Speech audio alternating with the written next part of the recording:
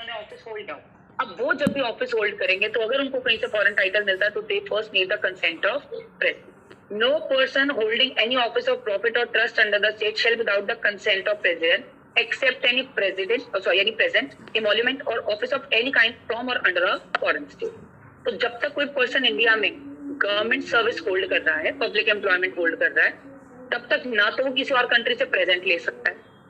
अब आपने देखा है बड़े सारे प्रेजेंट मिलते हैं पॉलिटिशियंस को, कैसे आते हैं और फॉरेन के ही होते। एक इतना पैसा सिर्फ इंडिया से ही नहीं कमाया उन्होंने, ये पैसा बाहर से भी आया। जो इनकी पार्टीज इतना पैसा मार्केटिंग वगैरह के ऊपर खर्चा करती हैं। अभी अगले साल इलेक्शन है तो आप देखोगे कि किस तरीके से पैसा उड़ाएंगे। ये सिर्फ और सिर्फ इंडिया का नहीं है, ये पैसा बाहर से भी आया, इस रूट के थ्रू आता।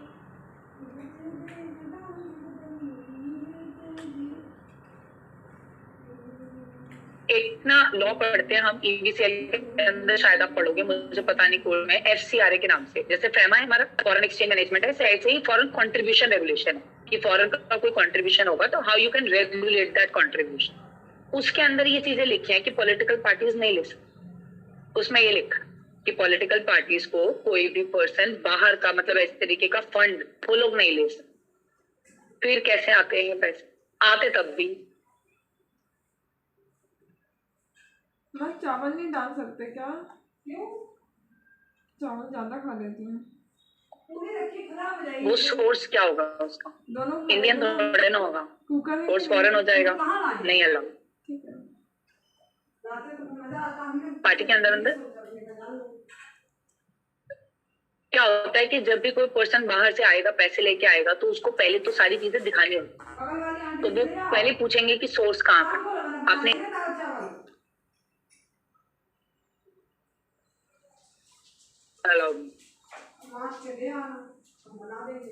डोनेशन किस फॉर्म में?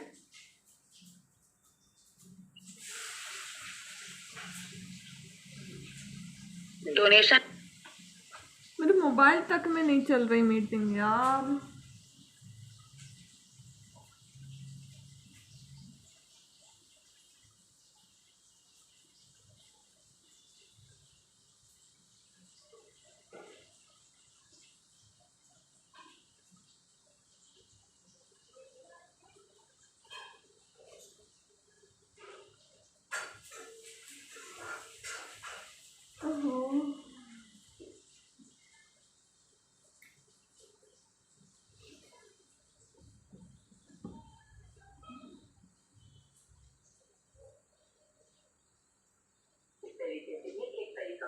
दूसरा तरीका कैपिटल मार्केट्स के थ्रू आ जाओ। कैपिटल मार्केट्स के थ्रू ये चीजें अलाउड है। अलाउड इन द सेंस कि आप यहाँ पे आके शेयर्स होल्ड कर दो। फॉरेन इन्वेस्टर्स होते हैं, फॉरेन पोर्टफोलियो इन्वेस्टर्स होते हैं, यहाँ पे आपको बड़ी सारी कैटेगरीज मिल जाएंगे, ये उस चैनल के थ्रू आ जाते हैं। डोनेशन अपने आप में वर्ड ही एक ऐसा है जिसके ऊपर ना रिस्ट्रिक्शन कहीं नहीं लगी। चाहे आप इंडिया में रह के कहीं डोनेशन कर दो, चाहे आप इंडिया के बाहर से आके कहीं पे भी डोनेशन कर दो, क्योंकि it's a charity, it's a donation. तो प्रॉफिट पर्पस ही नहीं है, तो इस चीज के लिए इसको अलाउ किया। तो द पॉइंट इज कि पैसा बाहर का जरूर आता है, अलाउड है, क्योंकि बट डायरेक्ट मीन्स के थ्रू नहीं है अलाउड। ये लोग कैसे लेके आते हैं? इनडायरेक्ट मीन्स, क्योंकि हर जगह पे ना चेक्स है। और इसका और एक प्रॉब्लम जो लूपहोल है, लॉ किसने बनाया? गवर्नमेंट ने, पार्लियामेंट ने। काम भी कौन कर रही है? तो वो खुद ही लूपहोल निकाल के अपने लिए ही काम कर लेती है। इतना पैसा सिर्फ और सिर्फ इंडिया से कमाया हुआ नहीं है, ये सारा पैसा बाहर से भी आ, और बाहर के लोगों को एक रास्ता मिल जाता है इंडिया में एंटर करने। FDI is one of the concept, तो वो तो चलो एक प्रॉपर लीगल चैनल है कि आप फॉरेन डायरेक्ट इन्वेस्टमेंट के थ्रू इंडिया में आ गए, but there are number of illegal channels. Illegal ना होके वो इनडायरेक्ट हो जाते, क्योंकि वो गवर्नमेंट ने ही बनाए हैं। तो वो क्या करती है, खुद ही इस तरीके के लॉ में लूपहोल छोड़ देती है ताकि वो खुद से भी बाहर से पैसा इजीली ले सके। तो there are number of channels जहाँ पे आपको मिलेंगे। यहाँ पे लिख तो दिया इन्होंने, कोई प्रेजेंट नहीं लेंगे, कोई मॉल्यूमेंट्स नहीं लेंगे, कोई गिफ्ट नहीं लेंगे, सब लेते हैं, सब लोगों के लिए अलाउड है। अरे एक पर्सन ले रहा होता है तो दुनिया के बच्चे बाहर जाके पढ़ रहे हैं, क्या वो नहीं भेजते? क्या नहीं आते पैसे? सब आते हैं। यहाँ पे रूट्स डिफाइन, एक आता है ऑटोमेटिक रूट, एक आता है आपका अप्रूवल रूट। तो कोई आरबीआई के अंडर चला जाता है जब आपको अप्रूवल्स लेने होते हैं। सिर्फ क्या है, आपको चीजें each and everything you have to describe, मतलब हर चीज के बारे में इंफॉर्मेशन देनी जरूरी हो जाती है। और ऑटोमेटिक रूट का मतलब हो गया कि बस आपको आरबीआई को इन्फॉर्म करना, दैट्स। तो जब आप फैमा या एफसीआरए पढ़ोगे ना, तो उसमें और ये चीजें डिटेल में, फॉरेन कंट्रीब्यूशन में specifically they say that Indian political party cannot accept any kind of a foreign gift or emoluments or amount from the foreign state या foreign currency से. सब लेते हैं, सब चल रहा है. कौन जाके कंप्लेंट कर रहा है इसकी? कोई भी नहीं कर रहा. गवर्नमेंट से जाके आप ऐसे भी पंगा नहीं लोगे. तो वो चीजें एक्चुअली कहना अच्छा आप कर रहे होगे तो ईडी आ जाएगी जरूर. वहां पे जरूर आपके ऊपर चेक रखने के लिए आ जाएंगे being a private individual. But being part of the government वो खुद ही तो, या एक गवर्नमेंट दूसरी गवर्नमेंट के पर्सन को जब फंसाना हो तो ये काम करती रहती है. अभी जैसे पीछे भी हुआ था बड़ी पार्टीज के ऊपर ईडी ने जा के घर पे छापे मारे और पर्सन को उठा के ये सब किए. ये तो नॉर्मल है, ये चलता रहेगा. ठीक है. तो यहाँ पे दो चीजें मेजरली जो ये दो आर्टिकल्स कहते हैं. पहला आर्टिकल सेक्शन 17 आर्टिकल 17 क्या कहता है कि अनटचेबिलिटी अबॉलिश हो चुकी है. और दूसरा आर्टिकल 18 कहता है टाइटल्स देना भी अबॉलिश हो चुका है. ये चीजें अबॉलिश्ड हैं. ये चीजें आज के टाइम पे प्रैक्टिस फॉलो नहीं करती. बट अकेडमिक और मिलिट्री के मिल रहे हैं तो यू कैन टेक इट. इसके अंदर कोई मनाही नहीं. इवन यहाँ पे वर्ड लिखे ना अकेडमिक और मिलिट्री, ये बाहर की भी होगी तो भी अलाउ, फॉरेन स्टेट की भी अलाउ. क्योंकि अगर आप बाहर की कोई पढ़ाई करके इंडिया में आते हो, कोई भी क्वालिफिकेशन होल्ड करते हो तो आप अपने नाम के आगे वो चीज लगा सकते हो. That is again. ठीक है. आप लोगों को मैंने लास्ट क्लास के अंदर एक चार्ट बनाया था आपने सारे आर्टिकल्स था ना, उसको थोड़ा सा नीचे अगर वो पेज के ऊपर जगह है तो उसी को नीचे एक्सपैंड करके लिखो. एक बार इसकी समरी लिख लेते हैं.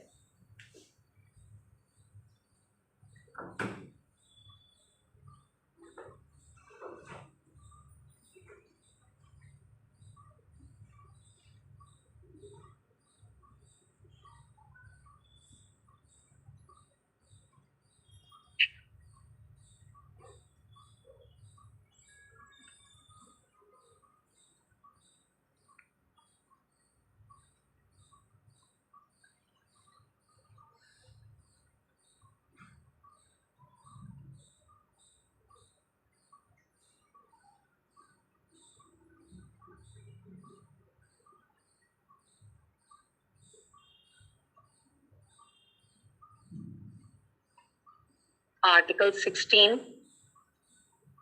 17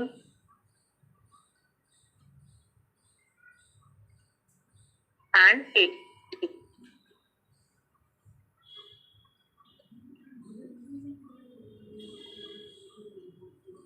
पहले तो अगर हम बात करें, पहली चीज it applies to all citizen.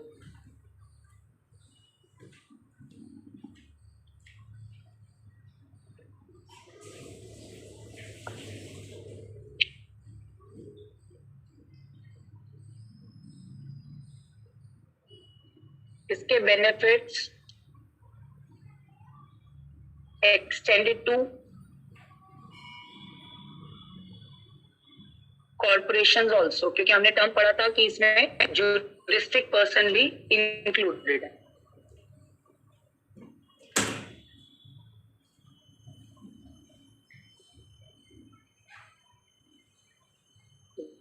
guarantees equality to all the citizens.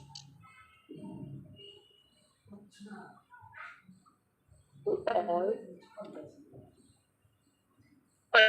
applies to all persons, not citizens.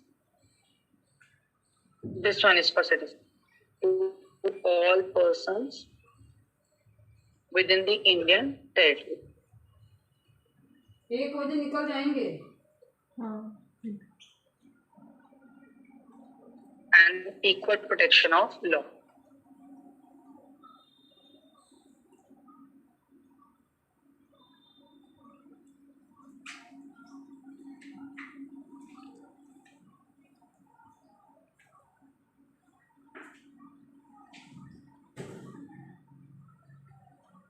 All persons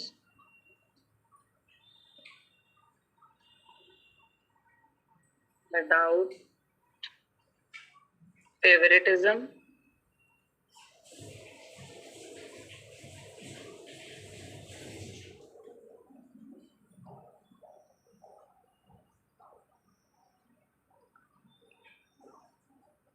major हमने पॉइंट पढ़ा. पहली चीज तो ये applies to all persons.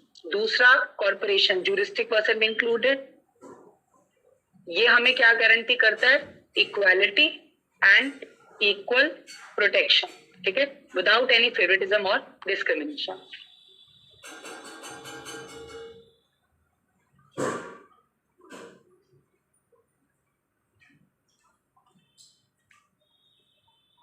It says state is prohibited from discrimination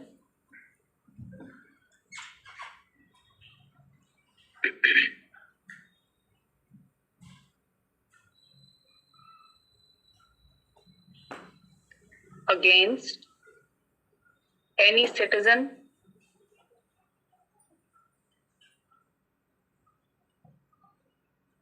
on the basis of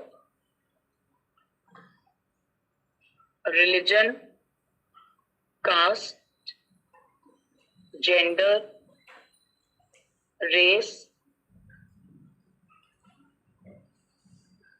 place of birth, or any of them.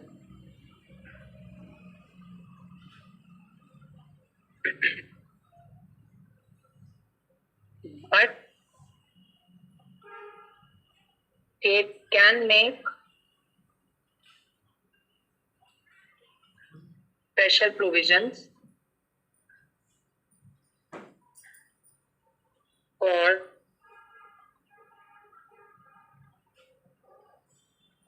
women, children,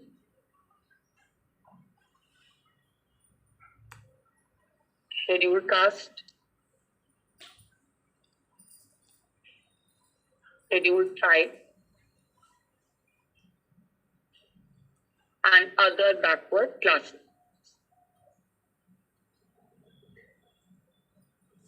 तो हमने यही point पढ़ा. पहला पॉइंट कह रहे state is prohibited, but again यहाँ पे exception क्या दे दी, ये 5 कैटेगरी. वुमेन के लिए अलग से हो सकता है, चिल्ड्रन के लिए हो सकता है, schedule caste, schedule tribe, other backward classes के लिए हो सकते हैं.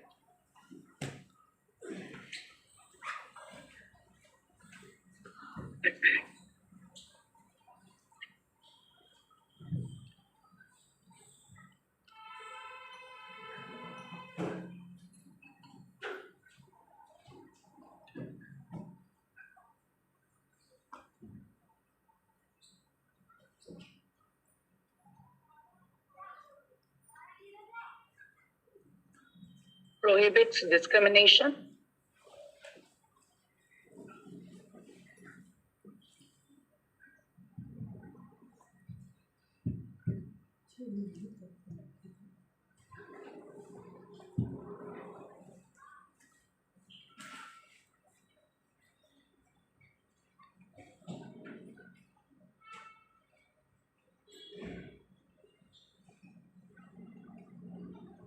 पहली चीज ये भी यही कह रहे हैं कि डिस्क्रिमिनेशन मत करो, but still state can make reservations. अलग अलग कैटेगरीज के लिए अभी हमने पढ़ा कि वो 10% और मैक्सिमम 50% तक का रिजर्वेशन रख सकते हैं.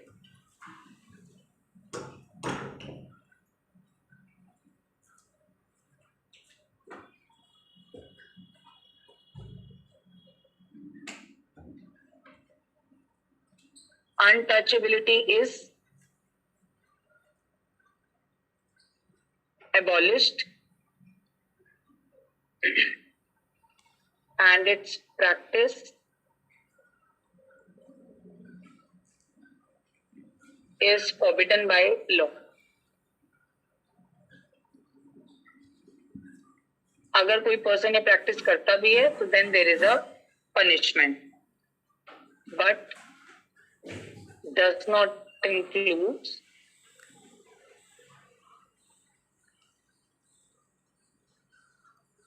instigation to social boycotts. And article 18 कहता है हमारा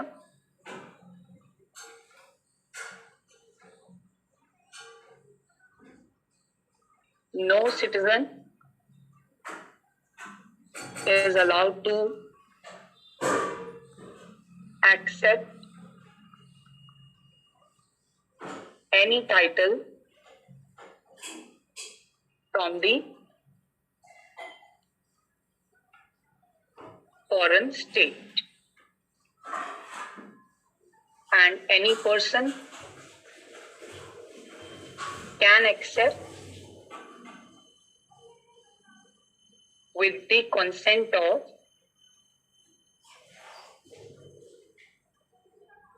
President of India.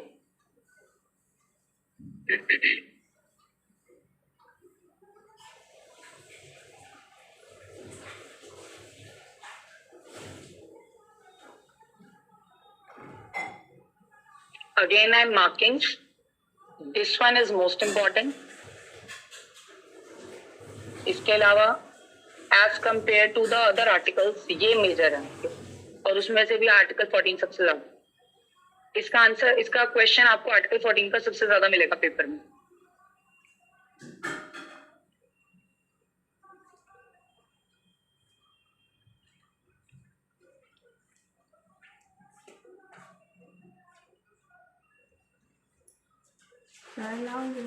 क्या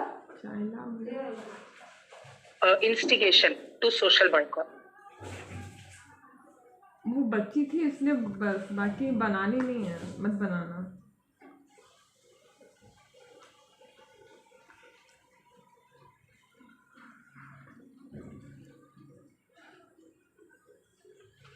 किसी ने लास्ट क्लास में देखा है मेरे सनग्लासेस अगर यहाँ पड़े हुए रह गए?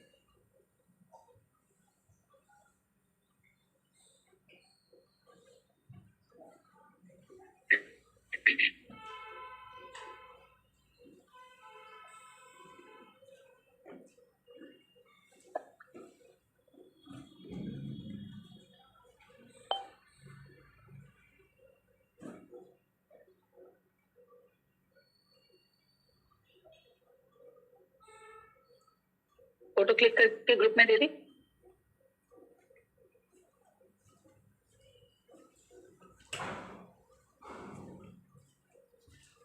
मैम एक फोटो और पास का करवा दो, थोड़ी धुंधली आ रही फोटो। अच्छा, वो कह रहे हैं दोबारा एक बार कर दो, थोड़ा क्लियर नहीं है फोटो।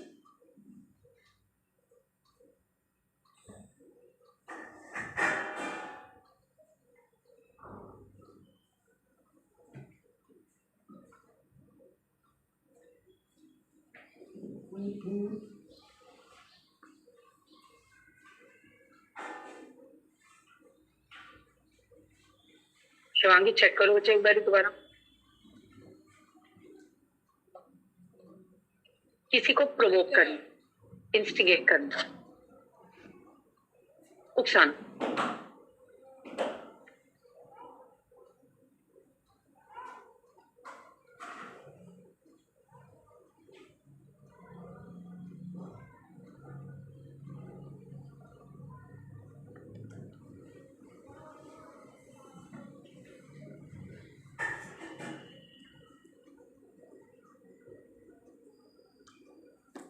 मैम ये फॉरेन स्टेट है।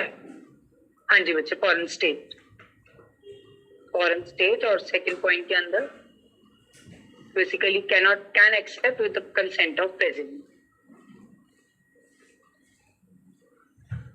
करें आगे कंटिन्यू।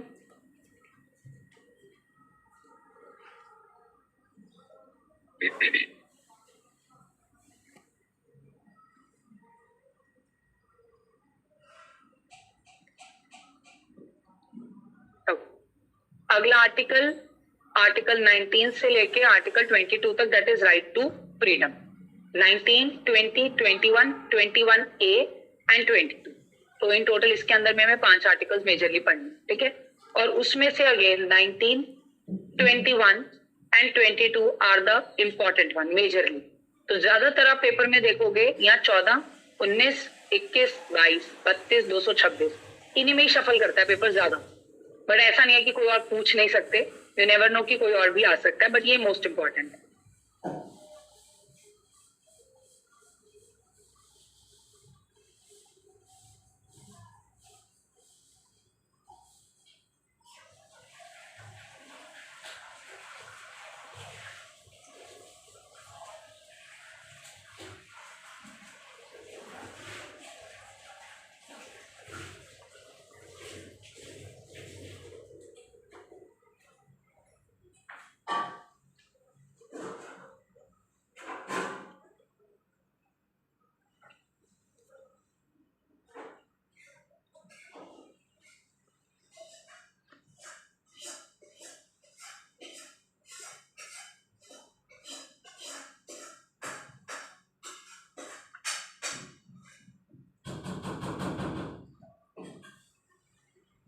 पहले आते हैं आर्टिकल 19 को। बेसिकली यहाँ पे 6 फ्रीडम्स दी हुई हैं हम लोगों को।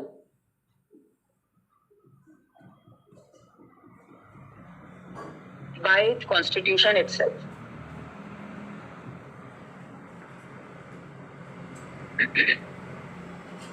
अब वो 6 की 6 फ्रीडम क्या है? पहली फ्रीडम आपकी दी है freedom of speech and expression. Speech और एक्सप्रेशन कहने को वर्ड 2 हैं, बट इसके अंदर बहुत सारी चीजें इंक्लूड है। और इसमें से भी ये जो freedom of speech and expression है, this is the important one, क्योंकि 19 के अंदर भी बहुत सारे हैं, तो स्पीच एंड एक्सप्रेशन का क्वेश्चन मैक्सिमम टाइम पे पूछते हैं। दूसरा दिया assemble peaceably and without arms. जब हम लोग कहीं पे भी असेंबल हो, एक जगह के ऊपर इकट्ठे हो, ये अलाउड है and it is our freedom. क्या हम हो सकते हैं, सिर्फ कंडीशन क्या लगी है? Without arms and ammunition plus freedom, वो आपको सॉरी पीस। जब आपको सिर्फ और सिर्फ ऐसा नहीं इकट्ठे होना कि आप किसी को लड़ाई झगड़ा करो, किसी को डराओ धमकाओ, ऐसा वाला पीस आपको असेंबल नहीं। फ्रॉम एसोसिएशन और यूनियंस, हम लोग किसी के भी साथ एसोसिएट होना चाहे हो सकते हैं, कोई भी बिजनेस करना चाहे कर सकते हैं। यूनियंस आपने देखा होगा ऑर्गेनाइजेशंस के अंदर बनती हैं। These are all your constitutional rights कि आप यूनियंस फॉर्म कर सकते हो। Move freely throughout the territory of India, कहीं पे भी इंडियन टेरिटरी में हम कहीं से भी बिलोंग करते हो, हम फ्रीली मूव कर सकते हैं, हमें किसी पासपोर्ट की जरूरत नहीं। इंडिया में तो आप फ्रीली कहीं पे भी मूव कर सकते हो, सिर्फ जेब में पैसे होने चाहिए, दैट्स इट। इसके अलावा reside and settle in any part, किसी भी जगह से बिलोंग करते हो बट आप ऑल ओवर इंडिया किसी भी जगह पे भी रिसाइड कर सकते हो, अपने आप को सेटल कर सकते हो, वहां पे जॉब, वहां पे बिजनेस कर सकते हो, कोई मनाही इसमें नहीं। And practice of any profession और to carry on any occupation, trade और बिजनेस, किसी भी जगह पे जाके आप अपना प्रोफेशन करना चाहते हो आप करो। बड़े सारे मेरे फ्रेंड्स हैं सीएस दिल्ली के, बट किसी और स्टेट के अंदर जाके अपनी प्रैक्टिसेस कर रहे हैं, कोई मनाही नहीं है। कहीं से बिलोंग करते हो, कहीं बिजनेस करो, कहीं जॉब करो, कुछ करो, किसी जगह पे कोई रिस्ट्रिक्शन नहीं। और अगर कोई ये रिस्ट्रिक्शन लगाता है हमारे पे, तो we can directly go to supreme court और go to high court as well. सिर्फ वो आर्टिकल्स आपके वेरी करेंगे। रेमेडी दोनों के अंदर आपको अलग अलग मिल सकती है, क्योंकि हाई कोर्ट को अलग पावर्स दी और सुप्रीम कोर्ट की अलग थी। ठीक है, अब पहले आते हैं that is right to freedom of speech and expression. Right to freedom of speech and expression.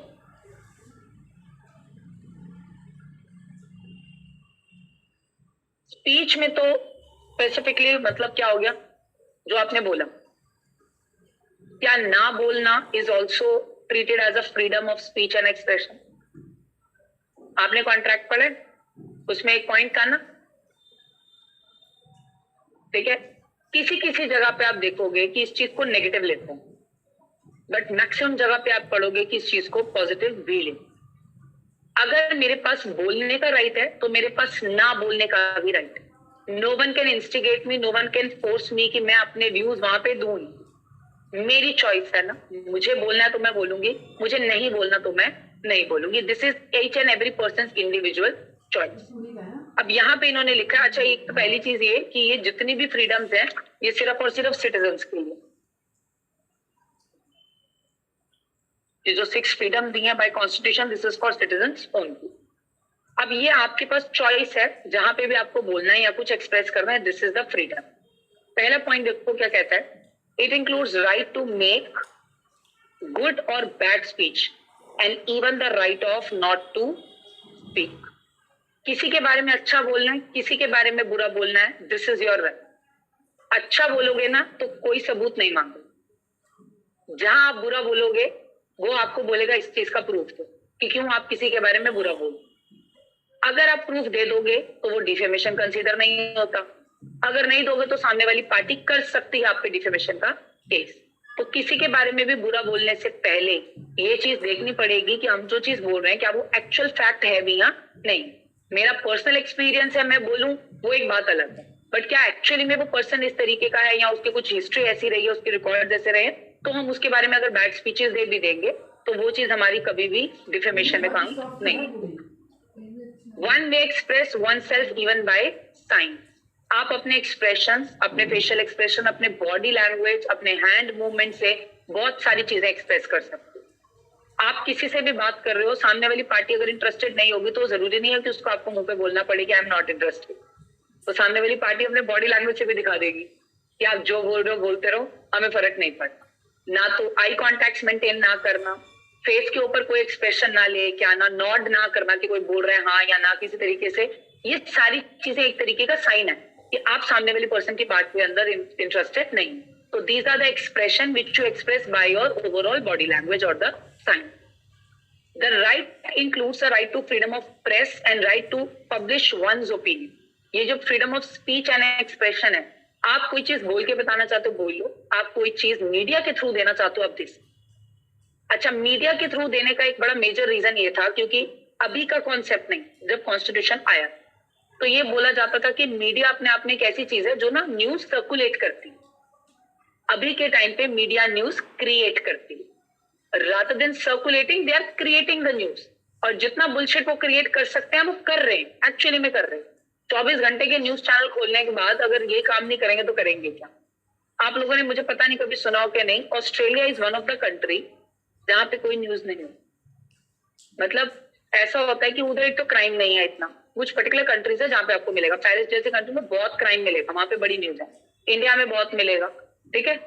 Australia के अंदर ना वो एक ही न्यूज को 2-2, 3-3 दिन तक दिखाते रहे।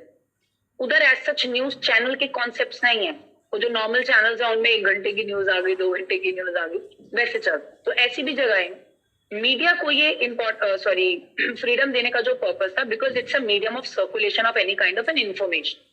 अब इन्होंने क्या किया, पॉजिटिव से ना ये उल्टा हो चुका है अभी के टाइम पे, क्योंकि अभी सिर्फ मीडिया नहीं है ना, अभी सोशल मीडिया एक अलग प्लेटफॉर्म है, बहुत सारे प्लेटफॉर्म्स निकल है। पुराने टाइम पे जब बनाया था तो वो था। अच्छा, यूज ये आज भी करते हैं। अब मीडिया के पास अगर आप प्रेस को कभी बोल दो तो वो क्या बोलती है, फ्रीडम ऑफ प्रेस, हमारे को फ्रीडम है। आपने देखा नहीं गाड़ियों तक पे प्रेस के वो लगा के घूम रहे होते हैं, क्योंकि फ्रीडम दी हुई है किस तरीके से, किसी और रीजन से दी थी, बट प्रैक्टिकली वो कन्वर्ट आज के टाइम के अकॉर्डिंगली कहीं और होगी, but it's a freedom. Right to circulation and propagation of one's idea. अब जैसे फॉर एग्जाम्पल मेरे को अगर कोई पर्टिकुलर मेरा कोई ओपिनियन है या मेरा कोई आइडिया है, I have a right to circulate it. किसी को लेना है ले ले, नहीं लेना नहीं ले, it's an idea, it's an opinion. जितने भी ये लोग बैठ के प्रवचन दे रहे होते हैं क्या करते हैं, बस यही काम है, फ्रीडम है ना। पैसा कमाने का बड़ा अच्छा जरिया आज के टाइम के ऊपर, लोगों को बेवकूफ बना, क्योंकि लोगों के पास टाइम नहीं है। तो उनको लगता है कि अरे कोई भगवान के बारे में बात बता रहा है तो चलो रिलीजन पकड़ लेते हैं, और फिर वही सारी चीजें घिसी पिटी सुनाते रहेंगे। वो रामायण भी देखिए, महाभारत भी देखिए, सब पता है लोगों को, बट स्टिल टाइम नहीं है। वो लोग क्या करते हैं, क्योंकि इट्स अ फ्रीडम, कंट्री में डेमोक्रेसी है, फ्रीडम है, जो मर्जी बोलते रहो। हाँ, कुछ गलत बोल देंगे भगवान के बारे में तो ये लोग लड़ने भी चले जाएंगे, अगेन उस चीज की भी फ्रीडम है, क्योंकि आपको अपनी स्पीच देने का राइट है। तो किसी का भी एक आइडिया, किसी का भी व्यू पॉइंट है, if they want to circulate that, तो वो चीज के लिए भी freedom. Freedom of peaceful demonstration, आपने देखा लोग डेमोन्स्ट्रेट करके दिखाते हैं, जैसे यूनिवर्सिटीज कॉलेजेस के अंदर प्रोग्राम्स वगैरह चलते हैं, तो वो क्या करते हैं, किसी भी एक टॉपिक को लेते हैं और उस चीज को ना डेमोन्स्ट्रेट करते हैं बाय देयर, जैसे थिएटर एक्टर्स होते हैं, वो एक टॉपिक पकड़ के उसको डेमोन्स्ट्रेट करके देते हैं। अगेन इट्स अ फ्रीडम, आप जो दिखाना चाहते हो आप दिखा सकते हो कि क्या चल रहा है सोसाइटी के अंदर, या कोई भी एक सोशल कॉज को वो उठा लेते हैं और वो इस तरीके से डेमोन्स्ट्रेट करते हैं। जैसे पहले बहुत चलता था डीयू वगैरह के अंदर नुक्कड़ नाटक करके, अभी करंटली है या नहीं मुझे नहीं पता। तो वो लोग क्या करते हैं, एक टॉपिक ले लेते हैं और अलग अलग कॉलेजेस के लोग मिलके एक एसोसिएशन फॉर्म करके ये काम प्रेजेंट करते हैं वो लोग, ताकि वो लोग, उनका पर्पस है अवेयरनेस वगैरह क्रिएट करना। इसके अलावा dramatic performances, again that includes कि आप ड्रामेटाइज कर सकते हो उन चीजों को। सिनेमाटोग्राफी, आप देखते हो मूवीज बनती हैं आजकल, जितने भी सोशल पॉइंट्स आज के टाइम के ऊपर उठाए जाते हैं, और अभी जो करंट मूवीज का जो कॉन्सेप्ट चल रहा है वो फिक्शन से हटके ना रियलिटी पे आ, वो किसी एक पब्लिक फिगर को उठा लेंगे, उस पर मूवी बन जाएगी। और अगर आप ये ट्रैक रिकॉर्ड देखो तो अक्षय कुमार का तो सिर्फ यही काम कर, ठीक है, यहाँ किसी पब्लिक फिगर पे लेके या किसी एक पर्टिकुलर ऐसा पॉइंट जो उठा लेते हैं, चाहे वो वॉर का हो चाहे किसी भी चीज का हो, वो उठा के उस पर करते हैं, क्योंकि ये अलाउड है, क्योंकि आप अपने व्यूज एक्सप्रेस कर रहे हो उस चीज पे। Communication through any media, be print, electronic और द ऑडियो विजुअल। ऑडियो के अंदर आपका रेडियो वगैरह सब इंक्लूड हो जाता है, ऑडियो विजुअल में आपका टीवी वगैरह सब कुछ इंक्लूड हो गया।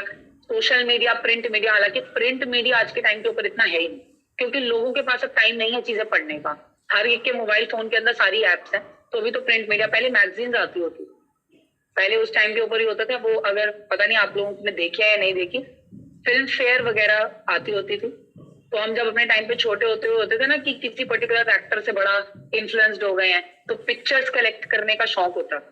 अभी तो सब फोन में है, स्क्रीनशॉट ले लो, काम खत्म हो गया। पहले क्या होता था, न्यूज़पेपर्स या इसके अंदर, तो हम लोग ना फिल्म फेयर की बुकलेट लेके आते। उस टाइम पे वो 50 रुपए की आती थी, तो लगता था अरे बड़ी महंगी, क्योंकि उस टाइम पे 50 रुपए भी बहुत ज्यादा थे। अब तो मेरे 400-500 रुपए के अराउंड होगी इजीली। तो वो हम बुकलेट लेके आते थे, एवरी मंथ एक आती थी। और एक न्यूज़पेपर में ना स्क्रीन के नाम से एक पेपर आता था, ग्लॉसी पेपर होता था, हफ्ते में एक दिन आता था। उसमें सारी बॉलीवुड की न्यूज एंड ऑल होती थी। तो उसमें बड़ा हम लोग वो होते थे कि अरे क्या न्यूज आई है, देखने किसकी कैसी पिक्चर है। ऋतिक रोशन आया था ना जब जब फर्स्ट मूवी आई थी उसकी, कौन प्यार है, मेरी दोनों सिस्टर्स ना पागल थी उसके पीछे। तो उस टाइम पे ना पोस्ट कार्ड आते, ऋतिक रोशन के पोस्ट कार्ड्स, मैगजीन से लेके न्यूज़पेपर से लेके काट काट के, आप बिलीव नहीं करोगे, इंडिविजुअली दोनों के पास 4-4, 5-5 हजार फोटोएं थी। जहां से मिलती थी ना, जहां से मिली। कोको कोला का वो ब्रांड एम्बेसडर बना, तो एक फ्लिप करके बुक आई उसकी, वो इतनी सी बुकलेट, इतनी चौड़ी वो थी, तो वो ऐसे फ्लिप करते थे तो वो पूरा उसका डांसिंग दिखता था, वो फ्लिपिंग वाली होती है ना, इतनी तो वो इकट्ठी करके रखी। मतलब बड़ी जैसे होते थे, पोस्टर्स लगे हुए थे मेरे घर के अंदर, रिकी मार्टिन के, बैकस्ट्रीट बॉयज के, और इनके हम लेके आते होते थे अपनी अपनी अलमीरा, क्योंकि दीवार पे तो मम्मी लगाने नहीं देती थी कि दीवारें गंदी करोगे। तो हम लोग क्या करते थे, ये सारा काम। तो इस तरीके से ये आपका राइट है, आपको करना है आप कर लो। अभी के टाइम के ऊपर सब कुछ फोन में अवेलेबल, तो फोन में है, क्या नहीं है। अच्छा, ऐसी भी चीज है, ऐसा क्यों? हाँ, ये आप कह सकते हो, वो हम भी सुनते थे। पता, मैंने नहीं किए ऐसे काम की, मैंने कभी कोई पिक्चर वगैरह या कोई भी चीज इस तरीके से कलेक्ट किया। मेरी दोनों सिस्टर लेते, एक जो थी, जो सेकंड नंबर की, जो मुझसे बड़ी है, उसने ऋतिक रोशन को लेटर भी लिखी, रिप्लाई भी आया था। रिप्लाई वो स्टैंडर्ड रिप्लाईज नहीं होते उनके, जैसे उनके बैकएंड में आजकल मेल्स वगैरह के या मैसेजेस के थ्रू चलते हैं, तो घर पे लेटर आया, वो लेटर ही लिख के इतनी खुश हो गई थी, ऋतिक रोशन के वहां से लेटर आए। तो वो बाद में होते हैं, वो टाइप्ड होते हैं, उनके कुछ स्टैंडर्ड होते हैं, क्योंकि इतने फैन फॉलोअर्स हैं, वो सब लिखते हैं, तो वो रिप्लाईज भी करते हैं। 3-4 बार किया उसने ये काम, और तीनों चारों बार ही रिप्लाई आया। विद एवरी टाइम एक नई फोटो आती होती थी ऋतिक रोशन की। ऑब्वियसली वो मूवी वगैरह की किसी की होती थी, पर्सनल फोटोज नहीं, वो पोस्ट कार्ड वगैरह वाली फोटोज भेजते होते। तो ये इस तरीके से बेसिकली, ये तो पागलपंतियां बहुत की हमने अपने टाइम के ऊपर, अभी तो सब खत्म हो गया ये चीज। मेरे घर में मेरे ब्रदर की डॉटर्स है ना, तो हम वो भाई उसको बताते हैं ना कि वो टाइम तो बड़ा अच्छा था बुआ, में क्या एक्चुअली के अंदर अच्छा था, अब तो तुम्हारे फोन ने सब बर्बाद कर दिया। हमने बिना गूगल के प्रोजेक्ट बनाए हुए हैं। तुम आजकल कोई भी चीज उठाते हो, गूगल देख के प्रोजेक्ट बनाते हो, क्योंकि सब कुछ मीडिया के अंदर अभी करंटली अवेलेबल। तो बेसिकली वापस आते हैं इस चीज के ऊपर कि इट्स अ फ्रीडम, कि आप प्रिंट मीडिया के थ्रू, इलेक्ट्रॉनिक मीडिया के थ्रू कुछ भी सर्कुलेट करना चाहो कर सकते हो। Second point, fourth point, D point कहता है regarding commercial advertisement, they do not fall within the protection of freedom of speech and expression because such advertisement have an element of trade and commerce।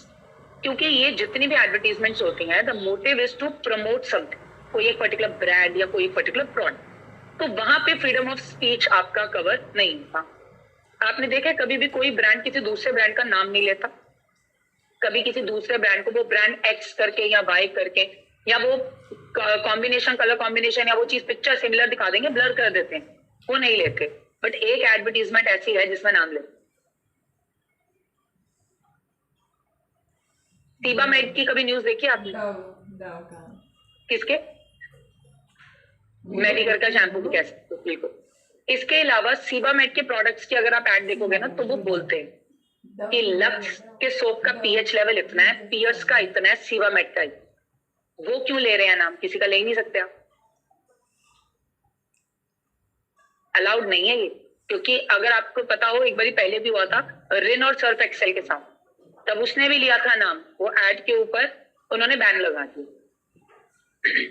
Ziba made लेता है, आप advertisement देख लो, lux का pH level इतना, piers का इतना, सीबा made का इतना। पॉइंट इज कि वो गलत नहीं बताओ, वो ठीक बताओ। वो ये जो वो बता रहा है कि लक्स का पीएच लेवल इतना है या पियर्स का इतना और हमारा इतना है, वो तीनों फैक्ट्स बताओ बस। आप फैक्ट बता दो ना तो कोई प्रॉब्लम। हाँ, आप कुछ गलत बोलोगे किसी के बारे में, वो चीज एक्सेप्टेबल नहीं है, और सामने वाली कंपनी भी एक्शन ले सकती है, और लोग लेते भी, क्योंकि ये ब्रांड्स है ना, ये ब्रांड्स आप देखोगे कि नाम ले सकते हैं। वो गाना नहीं आता मुन्नी बदनाम हुई में, वो झंडू बाम का लिया था, तो झंडू बाम की कंपनी ने एक्शन ले लिया था गाने के ऊपर, कॉम्पनसेशन पे किया था। Arbaaz Khan is the producer, उसने मेरे 4 करोड़ 5 करोड़ रुपए का कॉम्पनसेशन पे किया क्योंकि उसने नाम ले लिया। ठीक है, क्योंकि किसी की परमिशन के बिना आप ये काम नहीं कर सकते, अलाउ नहीं करना है आप करो। बिग बॉस देखते हो आप लोग, बिग बॉस में जितने भी आर्टिकल्स होते हैं उन पे सब पे ब्रांडिंग पे ना वो ब्लैक कलर की टेप लगाई होती है, जस्ट बिकॉज क्योंकि वो किसी भी ब्रांड को प्रमोट नहीं कर, वो सिर्फ प्रोडक्ट दिखा रहे हैं। पता सबको होता है कि कौन सा यूज कर रहे हैं, बट वो एक्चुअली ये दिखाते हैं कि हम नहीं किसी को प्रमोट कर। हाँ करते हैं लोग, तो फिर उसके अगेंस्ट में एक्शन ले लो। उन्होंने नहीं लिया तो उनकी चॉइस है, क्योंकि जिस लेवल पे फ्लिपकार्ट और जिस लेवल पे अमेजोन है ना, लेवल का बहुत फर्क है। वो डिपेंड करता है, देखो लेना चाहो आप एक्शन ले सकते हो, उसमें कोई मनाही नहीं, पर वो इंडिविजुअल के ऊपर है ना, वो लेना चाहेगा भी कि नहीं लेना चाहेगा। ऐसे मूवीज के अंदर बहुत बारी देखोगे आप, गाना किसी का अगर आप कोई यूज करते हो, कोई रिदम यूज करते हो, कोई वर्ड्स यूज करते हो, पहले परमिशन लेनी पड़ती, आप किसी की परमिशन के बिना उनकी चीज ऐसे यूज नहीं कर सकते। तो बेसिकली यहाँ जो कमर्शियल एडवर्टीजमेंट बताया वो तो इन्होंने यहाँ पे निकाल कि फ्रीडम ऑफ स्पीच के नाम पे आप एडवर्टीजमेंट में कुछ भी नहीं बोल सकते और कुछ भी नहीं दिखा सकते, but still fair and lovely और संतूर मतलब स्टैंडर्ड फिक्स एडवर्टीजमेंट है जो कभी जिंदगी में चेंज नहीं हो सकती। एक मम्मी है, थोड़ी देर के बाद उसका बच्चा आ जाएगा और अच्छा ये मम्मी है। संतूर की तो मतलब एड कभी खत्म हो ही नहीं सकती। और सिमिलरली अगर आप फेयर एंड लवली देख लो, जिसका नाम चेंज करके इन्होंने ग्लो एंड लवली कर दिया, मतलब बचपन से हम देखते आ रहे हैं कि वो लोगों को सिर्फ गोरा कर रहा है और कुछ नहीं कर रहा, और सबको पता है कोई गोरा नहीं हो रहा, कोई भी नहीं हो रहा, बट स्टिल उनका एक अपना तरीका है, वो प्रमोट कर रहे हैं क्योंकि उनको प्रोडक्ट प्रमोट करना है, तो वो ऑब्वियसली इस चीज को प्रमोट करेंगे, तभी तो इतनी वो प्रॉब्लम्स हुई और नाम चेंज करके उन्होंने वो कर दिया। इसी बात के ऊपर मैं एक और एग्जांपल देती हूँ, पता नहीं आपने सुना एक्स इफेक्ट की एड देखी आपने? Axe effect deos, Axe effect deo की एड आती है। एक फंडा है उसका, एक्स इफेक्ट एक फंडा उसका, लड़का तैयार हुआ, डीओ लगाया, बाहर निकला, सारी लड़कियां उसके पीछे। ठीक है, बाहर की कंट्री के अंदर एक लड़के ने केस कर दिया कंपनी कि मैं तो डीओ लगा के निकला, मेरे पीछे तो कोई लड़की नहीं। बाहर की कंट्री में ये एडवर्टीजमेंट बैन हो गया, विंग्स एंड ऑल। एग्जैक्टली। अच्छा, इंडिया में ना लोग इतना बॉदर करते नहीं ना, पंगे लेते नहीं। बाहर की कंट्री में ऐसे बहुत सारे केसेस मिलेंगे आपको। तो उस पर्सन ने क्या किया, जाके कंप्लेंट फाइल की कि ये जो दिखा रहे हैं ये एक तरीके की मिसलीडिंग एडवर्टीजमेंट, और मिसलीडिंग आप नहीं कर सकते, आप किसी भी तरीके की स्टेटमेंट या कोई भी एक्शन आप नहीं दिखा सकते। इस तरीके से ना एक एड बनाई थी एक्स इफेक्ट ने चॉकलेट फ्लेवर के डीओ की, उसमें ऐसे बहुत सारे सीन्स थे जिसके लिए फिर ऑब्जेक्शन रेज किए और वो सीन्स उन्होंने काट दी। अच्छा, अब आप एक्स इफेक्ट छोड़ो, मोस्ट ऑफ द एड्स के अंदर यही है, बाइक आई है, नहीं लड़का बाइक चला रहा, लड़कियां पीछे, मोस्ट ऑफ द एड्स में ये चीज होती है। अब आप एक्शन लेना चाहो ले सकते हो, वो आपकी चॉइस है। ठीक है, बाहर की कंट्री में लोग लेते हैं तो वहां पे तो ये एडवर्टीजमेंट बैन होगी, इंडिया में अभी भी चल रही है, बट कुछ पर्टिकुलर चीजों को यहाँ पे भी बैन कर दिया। तो एडवर्टीजमेंट के नाम पे just on the basis of कि आप सर्कुलेट कर सकते हो कुछ भी, इसका मतलब ये नहीं कि कुछ भी दिखा दो, क्योंकि लोग एक्चुअली में इन्फ्लुएंस होते हैं।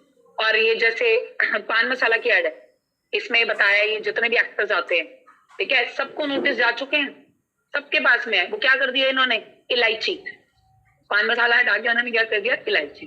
ये सबके घर में नोटिस गए हैं, शाहरुख खान, अजय देवगन, अक्षय कुमार, सबको नोटिस जा चुके हैं कि आप इस चीज को प्रमोट कर दो, and people actually your public figure, so people influence, तो वो ये काम करते हैं। तो कमर्शियल एडवर्टीजमेंट के नाम पे freedom of speech and expression के अंदर आप कुछ भी नहीं दिखा सकते और कुछ भी नहीं कर सकते। ठीक है, नेक्स्ट यहाँ पे इन्होंने दिया, this article also specifies the limit up to which the freedom may be restricted under the following heads. जहां फ्रीडम दी है, फ्रीडम के साथ ही रिस्ट्रिक्शन भी दी। तो again it is your fundamental right, freedom तो मिल रही है, बट फ्रीडम का मतलब वही क्या आ गया कि आप किसी भी तरीके का उसका डिसएडवांटेज ना। अब पहला sovereignty and integrity of India, अब मेरे को बोलने का मौका मिला तो मैं कुछ भी बोलते रहूं इंडिया के बारे में, इंडिया ऐसा इंडिया वैसा, ये वो नहीं है। ठीक है, बोलते हैं लोग, सब बोलते हैं। जब आप खुद उस चीज से एक्सपीरियंस कर रहे होते हो ना, तो आप खुद ही बोलोगे कि हमारी कंट्री में ऐसा। मैं 10 बार आपको क्लास में बोल देती हूँ कि हाँ हमारी कंट्री में ये चलता है, वो चलता है। पब्लिकली जाके कहीं बोलो और कोई एक्शन लेना चाहे तो बिल्कुल ले सकता है, क्योंकि ये चीजें अलाउड नहीं है। Security of the state, government की सिक्योरिटी के अगेंस्ट आप अगर ऐसी कोई स्पीच देते हो, कुछ भी देते हो, तो this is not covered in your freedom of speech. Friendly relation with the foreign state, जिन कंट्री के साथ में हमारे फ्रेंड रिलेशनशिप्स, हम लोग दो वर्ड यूज करते हैं, एक फ्रेंडली और एक हम वर्ड यूज करते हैं आपका बेसिकली एलियन वर्ड यूज करते हैं। एक होता है एलियन फ्रेंड और एक होता है एलियन एनिमी।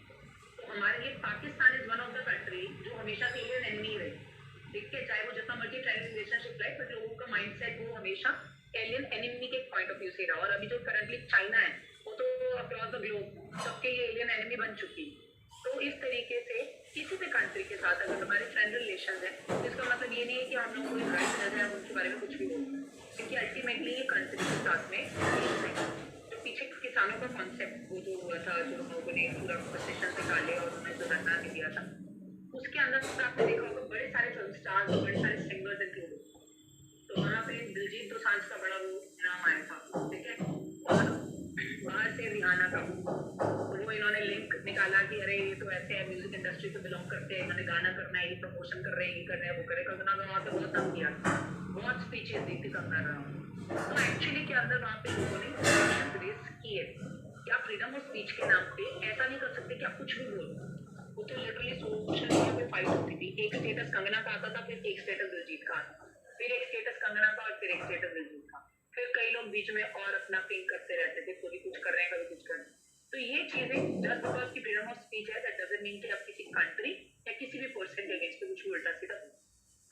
पब्लिक ऑर्डर कुछ ऐसा मत बोलो जिससे पब्लिक लॉ एंड ऑर्डर आपका ब्रेक हो। डिसेंसी एंड मोरालिटी कुछ भी एथिक्स के अगेंस्ट, कुछ भी मॉरल्स के अगेंस्ट में, कुछ भी किसी पर्सन की इंटेग्रिटी ऑनेस्टी के अगेंस्ट में कुछ मत बोलो।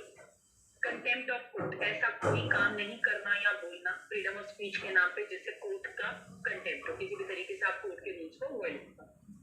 डिफेमेशन, अगेन डिफेमेशन आपको नहीं करना until and unless you have facts and evidences, आप बोलो, जब तक नहीं है then it will be treated as a defamation. And incitement to an offense means किसी को प्रोवोक करना अपने शब्दों से। आप उस तरीके का रिलेशन रखते हो पर्सन के सामने कि आप उसको इन्फ्लुएंस कर दो इतना ज्यादा कि आपके बोलने पे वो जाके कोई ऑफेंस कमिट कर। और ये प्रैक्टिकली लोग करते हैं, ये करते हैं, ये फैमिलीज में आपको मिलेगा, लव अफेयर्स के अंदर आपको मिलेगा, ऐसे बहुत सारी चीजें मिलेंगी जहाँ पे लोग एक्चुअली के अंदर सामने वाली पार्टी को इन्फ्लुएंस करते हैं और सिर्फ अपनी बातों से। और वो पर्सन इतना इंस्टिगेट हो जाता है कि वो उसके कहने पे जाके क्राइम कर भी आएगा, ये नहीं देखेगा कि क्राइम के बाद का रिजल्ट क्या निकलेगा। उस टाइम पे वो सिर्फ पर्सन क्या होते हैं, इंस्टिगेट हो जाते हैं, किसी को भी आप प्रोवोक करते हैं। तो इस तरीके की स्पीचेस यूज करना अलाउड नहीं। ये जो वो है योगी है, जो योगी आदित्यनाथ, 20,000 केस थे इनके ऊपर, आपको पता है 20,000 केसेस, और वो केसेस मैक्सिमम पता किसके थे, हेट स्पीचेस, कि वो इस तरीके की स्पीचेस देते हैं कि वो लोगों के अंदर ना एक सेंस ऑफ नेगेटिविटी डाल देते हैं कि वो इस तरीके से बोलता है या जो भी है। जैसे सीएम बनाना, पहले दिन के अंदर ही सारे के सारे केसेस रद्द, 20,000 के 20,000 केसेस रद्द कर दिए, क्योंकि अब सीएम बन गया तो उसके पास पावर आ गई, सारे केसेस रद्द कर। सिर्फ और सिर्फ हेट स्पीचेस के मैक्सिमम केसेस है 20,000 में, क्योंकि उसका बोलने का तरीका ऐसा था कि वो लोगों को एक्चुअली में इंस्टिगेट कर। तो ये अलाउड नहीं, करते हैं तो आप एक्शन ले सकते हो, बट अब ये आपको पता है एक्शन लेने का क्या ही नतीजा है, ऐसा कुछ खास गलत। नेक्स्ट आते हैं freedom of assembly.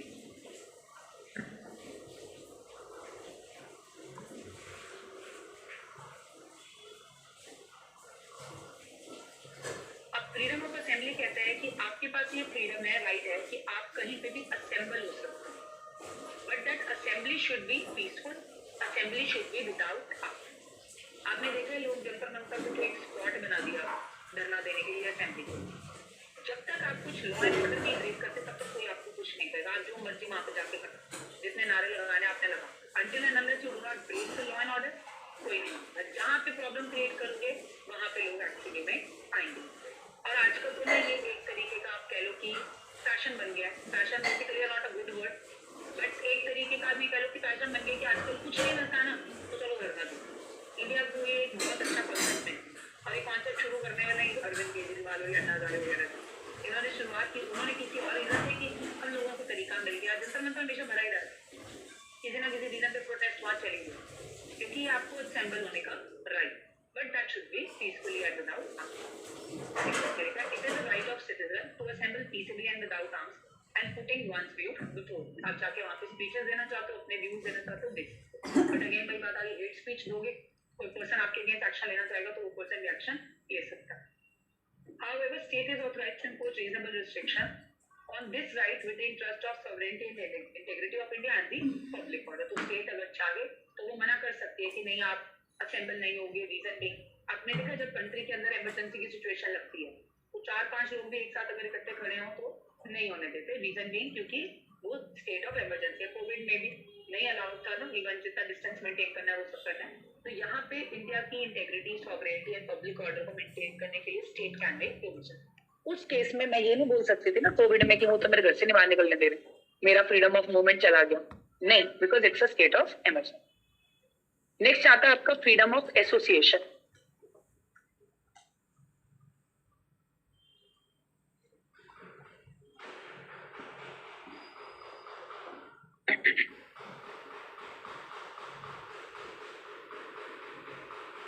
Now freedom of association basically यहाँ पे दो चीजें लिखी हैं.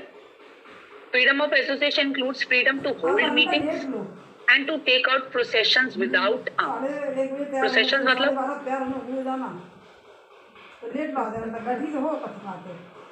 वही चीज है, प्रोसेशंस निकालना किसी एक नाम पे किसी एक रीजन के कारण प्रोसेशंस निकालना. ठीक है, ये कह रहे हैं कि फ्रीडम है, बट साथ में क्या लिखा है? Without arms. आपको ये काम करने हैं, प्रोसेशंस निकालने, आप निकालो, but that should be peacefully, that should be with the law and order, that should be without arms. और एक लिखा है होल्ड मीटिंग्स. पब्लिकली भी मीटिंग होल्ड करना चाहो, असेंबल होना चाहो, एसोसिएशन फॉर्म करना चाहो, कर सकते. नाउ द एक मेरा क्वेश्चन आपसे, आप लोगों ने कभी नगर कीर्तन देखा? वहां होती है आर्म्स, फायरिंग वायरिंग सब चलती वहां पे.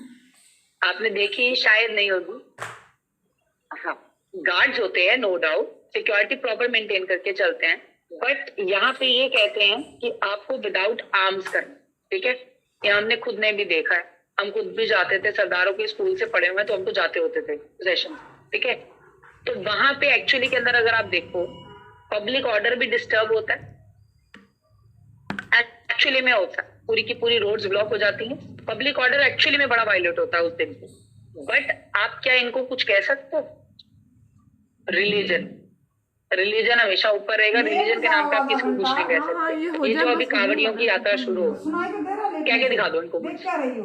इनको कोई मतलब नहीं है कि हम किस पर्पज से जा रहे हैं, किस रीजन से जा रहे हैं. हम भगवान के पर्पज से जा रहे हैं, लड़ते हुए ही जाते. एवरी ईयर आप देखोगे कोई ना कोई रील, कोई ना कोई वीडियो यूट्यूब पे या कुछ भी है न्यूज में यही आती है कि कांवड़ियों ने यहाँ पे ये कर दिया, वहां पे वो कर दिया. बेसिकली उनके लिए ना ये एक एंजॉयमेंट का टाइम है. ठीक है, उनके लिए तो फन एक्टिविटी है. वो भगवान के पर्पज से नहीं जा रहे, उनके लिए फन एक्टिविटी के पर्पज से जा रहे. बड़े सारे लोग हैं जो एक्चुअली में मानते भी हैं, जो जाते भी हैं, बट मैक्सिमम लोग आज के टाइम के ऊपर अगेन इन चीजों के अंदर पंगे लेने के लिए ही जाते. यहाँ पे लिखा है विदाउट आर्म्स एंड एम्युनिशन.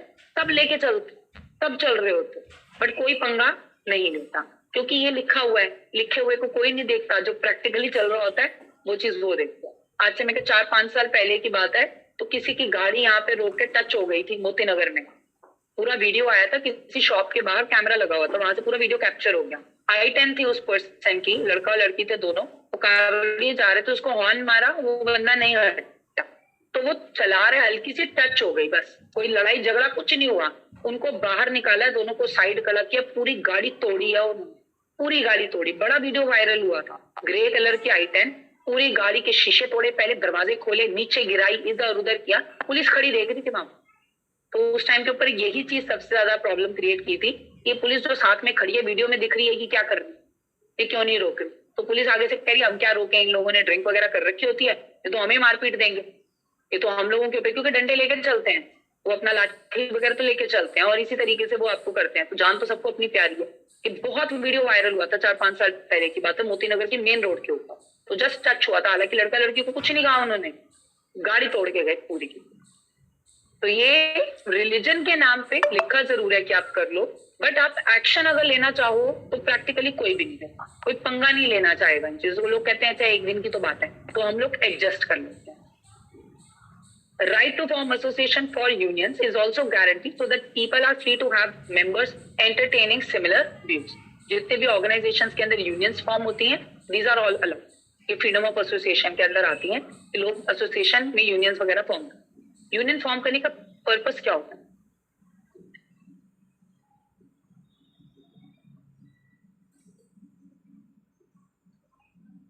उनके राइट्स को प्रोटेक्ट करने के लिए यूनियंस बनाते हैं।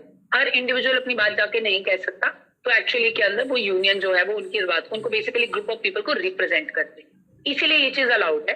तो हम यूनियंस भी फॉर्म कर सकते हैं, बट अगेन किसी तरीके का अननेचुरल राइट या कोई ऐसी बात मत करो वहां पे जाके जो ऑर्गेनाइजेशंस के लिए भी माननी मुश्किल।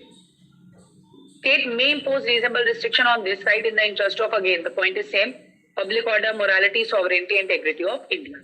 फ्रीडम तो दी है, बट फ्रीडम अगर वो कहते हैं कि उसको रिस्ट्रिक्ट करने का राइट है तो स्टेट उसके लिए प्रोविजन बना सकती है। नेक्स्ट आते हैं हमारा freedom of movement.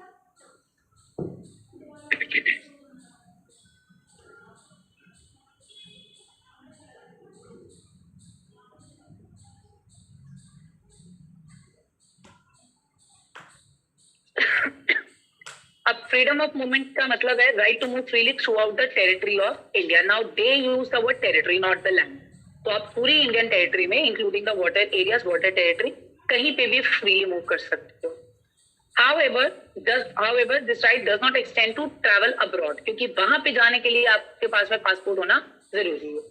And also subject to reasonable restriction which the state may impose, that is in the interest of general public। अगर गवर्नमेंट को लगे कि इस पर्टिकुलर एरिया के अंदर नहीं जाना, इस पर्टिकुलर एरिया को प्रोटेक्ट करके चलना है, तो वो वहां पे आपकी फ्रीडम रोक भी सकते हैं। यही जो मैंने आपको एग्जांपल दिया कोविड के टाइम पे, जैसे हम लोगों को अलाउड नहीं था, तो हम ये नहीं बोल सकते मेरा फ्रीडम ऑफ मूवमेंट राइट हो गया, because again that is in the interest of general public, क्योंकि लोग बीमार ही होंगे उससे ज्यादा, तो इससे बेटर है कि आप सेफ एंड सिक्योर। और for the protection of interest of any scheduled tribe, बहुत सारे ऐसे एरियाज हैं जिनकी ट्राइब्स को प्रोटेक्ट करने के लिए हमारी गवर्नमेंट ने ये काम किया हो। और एक आपने नाम सुना होगा जो नक्सल एरियाज होते हैं, उन एरियाज के अंदर भी गवर्नमेंट भी मना करती है जाने को कि आप मत ही जाओ, क्योंकि वो लोग जिस माइंड सेट के हैं, कोई बंदा वापस तो आता नहीं है, जो भी उसके लिए बातें बनी हुई हैं इन चीजों के लिए, तो इट्स बेटर कि उन एरियाज को अलग से किया जाए। और गवर्नमेंट ने किसी किसी जगह पे ये प्रोविजंस बनाए, तो हम ये नहीं बोल सकते कि मेरा फ्रीडम ऑफ मूवमेंट यहाँ पे वायलेट हो। फ्रीडम ऑफ मूवमेंट तब भी आपका रहेगा, बट उस एरिया के अंदर state can make provision. Next आ गया freedom of residence.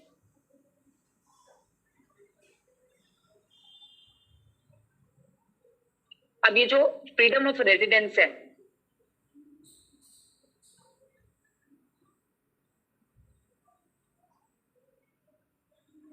Freedom of residence का मतलब आप कहीं पे भी all over the territory of India रह सकते हो, सेटल हो सकते हो। अच्छा, आपने देखा लोग आधार कार्ड भी चेंज करवा लेते हैं अपना एड्रेस वगैरह, क्योंकि ये क्या है, हमें फ्रीडम ऑफ रेजिडेंस। आप कहीं पे भी मूव कर सकते हो, आप कहीं पे भी जाके रह सकते हो। अभी मैं पटेल नगर रह रही हूँ तो मैं उसमें पटेल नगर का एड्रेस लिखवा लूँ, कल को मैं किसी और स्टेट में या किसी और एरिया में भी, दिल्ली में भी कहीं चली जाऊँ, मैं उधर का बनवाना चाहूँ तो आप एड्रेस चेंज करा के वहां का भी बनवा सकते हो, because it's our right to settle. अब यहाँ पे देखो लिखा है, this right guarantee citizens of India the right to reside and settle in any part of the territory of India. Freedom is intended to remove internal barriers within the territory of India. हाँ, India के बाहर जाना है तो you need the passport और उस country की permission की रिक्वायरमेंट आपको पड़ती है। Freedom is subject to reasonable restriction. Again reasonable restriction कौन सी? In the interest of general public, a for the protection of any scheduled tribe या इंडिया की सॉवरेनिटी इंटेग्रिटी के according. Certain areas may be banned for certain kids or certain kinds of persons such as prostitutes. ये कुछ examples दे दिए इन्होंने कि अगर government चाहे तो they can make provisions कि कुछ particular category of persons, हालांकि एक तरीके का discrimination है, but this is for the protection, क्योंकि prostitution is an illegal activity in India, तो उस चीज को प्रमोट ना किया जाए, इस पर्पज से उन्होंने किसी किसी जगह के ऊपर इस तरीके के बैरियर्स लगा के रिस्ट्रिक्शंस भी लगाई।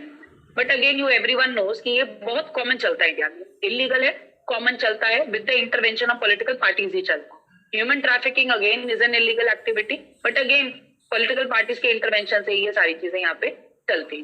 कोई अगर सोचे भी ना कि इंडिया की करप्शन हटा दें, तो सोचना ही अपने आप में बहुत बड़ा फैक्टर है। इम्प्लीमेंट करना तो बहुत दूर दूर की बात है, क्योंकि बहुत लेवल्स तक ये चीजें इंडिया में चलती है। और एक लास्ट में हमें दिया हुआ है, अच्छा एक मेरा क्वेश्चन और था, शायद लास्ट टाइम भी मैंने डिस्कस किया था, मूवमेंट के लिए इंडिया में तो कोई चीज की रिक्वायरमेंट नहीं है, अगर इंडिया के बाहर जाना है तो पासपोर्ट की रिक्वायरमेंट है। क्या पासपोर्ट अथॉरिटी आपको पासपोर्ट देने से मना कर सकती है? नहीं। अगर सारे डॉक्यूमेंट सब कुछ आपने दिया है तो आपको पासपोर्ट अथॉरिटी पासपोर्ट देने से मना नहीं कर सकती। अगर पासपोर्ट अथॉरिटी ये काम करती है तो ये आपका फ्रीडम ऑफ मूवमेंट वायलेट होता है। तो अगर पासपोर्ट अथॉरिटी करे, आपके सारे पेपर पूरे हैं, सब कुछ चीजें पूरी, पूरा प्रोसीजर है, so they can not deny. अगर वो करते हैं तो you can take an action against them in the article 19 की वो हमारी फ्रीडम ऑफ मूवमेंट को यहाँ पे वायलेट करते हैं। इसके अलावा एक क्वेश्चन और आया था दिमाग में,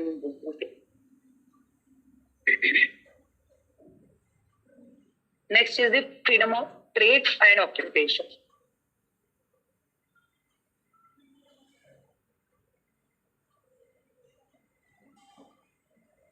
अब freedom of trade and occupation की बात की जाए तो इसमें ना 4 वर्ड्स यूज करते हैं बेसिकली, प्रोफेशन, ऑक्यूपेशन, ट्रेड और बिजनेस। क्या इन चारों वर्ड्स में कोई डिफरेंस है? प्रोफेशन, प्रोफेशन का मतलब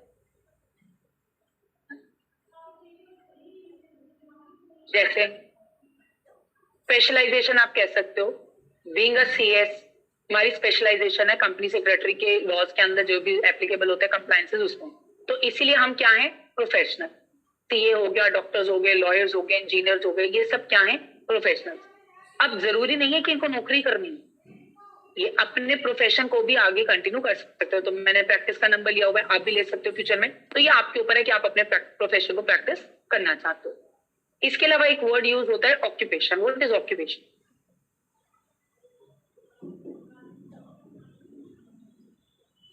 कह सकते हो it could be your employment, it could be your own profession or own practice, it could be your own business or anything। एक collective term आप जिसको बोल सकते हो कि आप एक particular occupation को acquire किया हुआ है, आप follow कर रहे हो और उस चीज के accordingly आप earn कर रहे हो। What is trade? Exchange of goods and services। पहले सिर्फ goods होता था, अभी आज के टाइम के ऊपर services भी include कर दिया, तो exchange है, not the barter system, but हम trading कर रहे हैं, एक person seller है और एक purchaser है। And what is business? तो क्या ट्रेड और बिजनेस हम सेम रख सकते या नहीं, या ये अलग ही होंगे? बिजनेस एक इस तरीके की एक्टिविटी जो एक सर्टेन पर्सन ने सेटअप किया और उस पर्सन ने एक्चुअली के अंदर उस चीज को ग्रो करने के लिए, अब वो चाहे उसमें ट्रेडिंग कर रहा है या सर्विस दे रहा है या गुड्स कर रहा है, तो एक कलेक्टिव टर्म के अंदर हम एक ऑक्यूपेशन वर्ड भी यूज कर लेते हैं और एक बिजनेस टर्म। बिजनेस में भी आ सकता है, वो डिपेंड करता है, इवन इंपोर्ट एक्सपोर्ट्स भी आ सकते हैं, क्योंकि अगर मेरा बिजनेस इसी चीज का है, मेरा काम इसी चीज का है, तो that is business is my overall activity, और उसमें से एक एक्टिविटी हो सकती है इंपोर्ट एक्सपोर्ट, एक एक्टिविटी हो सकती है मैन्युफैक्चरिंग, एक एक्टिविटी हो सकती है सर्विसेज देना, तो वो एक्टिविटीज आपकी अलग अलग हो सकती है। That the individual part can be treated as a trade, जिसमें आप एक्सचेंज कर रहे हो गुड्स या सर्विसेज। अब इसमें इन्होंने एक पॉइंट और दिया, that freedom is not uncontrolled and authorises legislation, यानी कि इस फ्रीडम के ऊपर कंट्रोल, इस फ्रीडम के ऊपर रिस्ट्रिक्शन है, प्रोहिबिशन है। और क्या क्या? पहली, to impose reasonable restriction on this freedom in the interest of general public. जो लेजिस्लेशन है, जो लेजिस्लेचर है, वो फ्रीडम ऑफ रिस्ट्रिक्शन, सॉरी, जो ये फ्रीडम है कि आप कोई ट्रेड प्रोफेशन चूज कर सकते हो, ऑक्यूपेशन कर सकते हो, उस पर रिस्ट्रिक्शन लगा। अब इन जनरल भी बड़ी बड़ी मैंने डिस्कस किया, गैम्बलिंग नहीं अलाउड, ठीक है, जितना भी प्रोस्टिट्यूशन है नहीं अलाउड, ह्यूमन ट्रैफिकिंग भी एक तरीके का ट्रेड ही है तो ट्रेड है, बट गुड्स एंड सर्विसेज का नहीं है, लिविंग ह्यूमन बींग्स का है, तो उस चीज के लिए वो एक्टिविटी क्या है? Illegal. Match fixing illegal, smuggling illegal. तो there are certain activities which state already prescribed, ये एक्टिविटीज आपकी क्या है? इलीगल है, और इनके ऊपर रिस्ट्रिक्शन। प्रिस्क्राइब प्रोफेशनल और technical qualification necessary for carrying out any profession, trade और बिजनेस, और ये भी हमने पढ़ा हुआ है।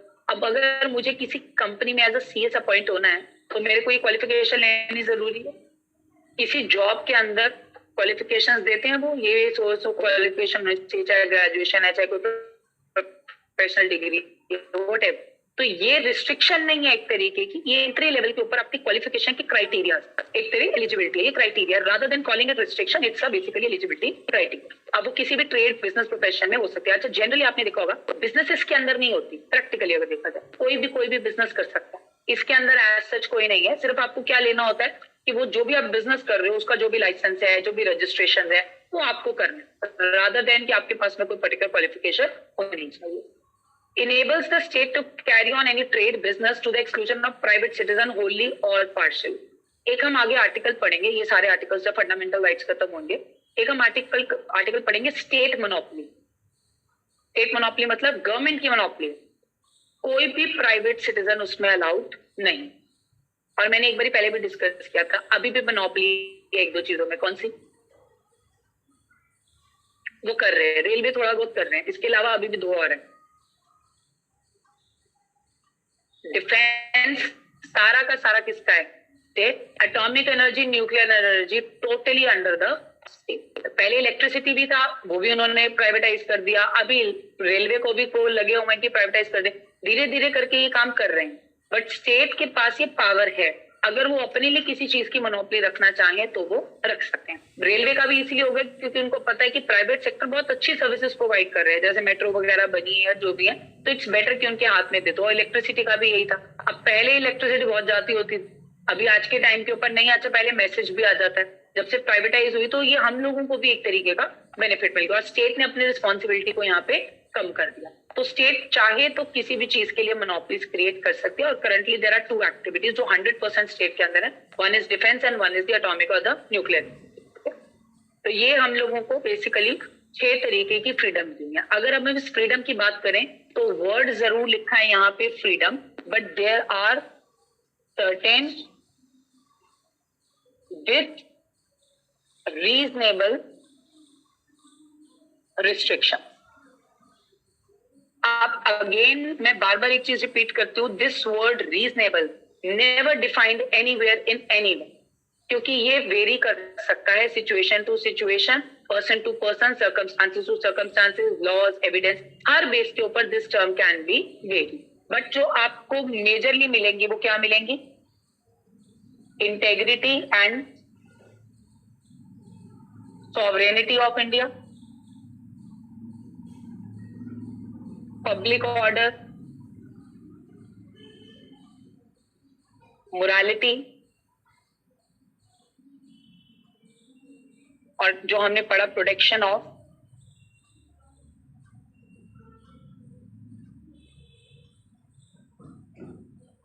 Scheduled tribes. कहने के लिए this word is freedom, but it comes with certain reasonable restriction. तो ये हम लिख सकते हैं, is imposed by state, and this state means as per article 12. It could be central government, it could be state government, it could be local authority or the other authority, कोई भी हो सकता है इसको।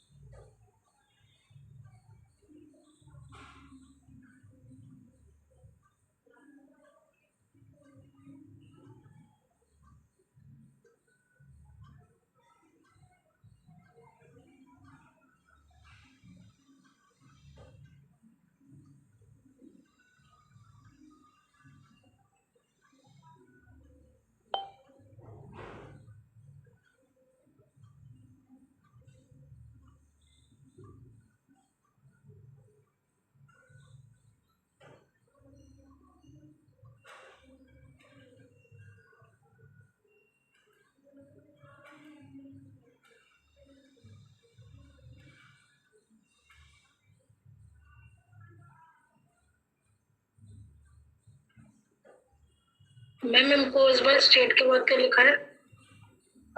इम्पोज बाय स्टेट, स्टेट के मैंने नीचे लिखा है आर्टिकल 12, आर्टिकल 12 का मीन। ठीक है।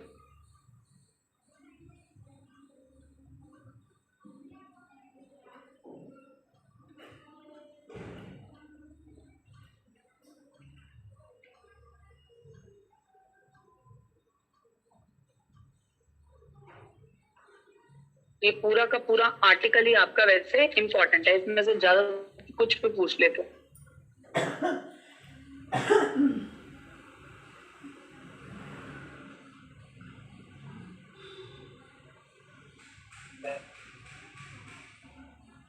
अब देखो नेक्स्ट आर्टिकल दिया हमें, आर्टिकल 20।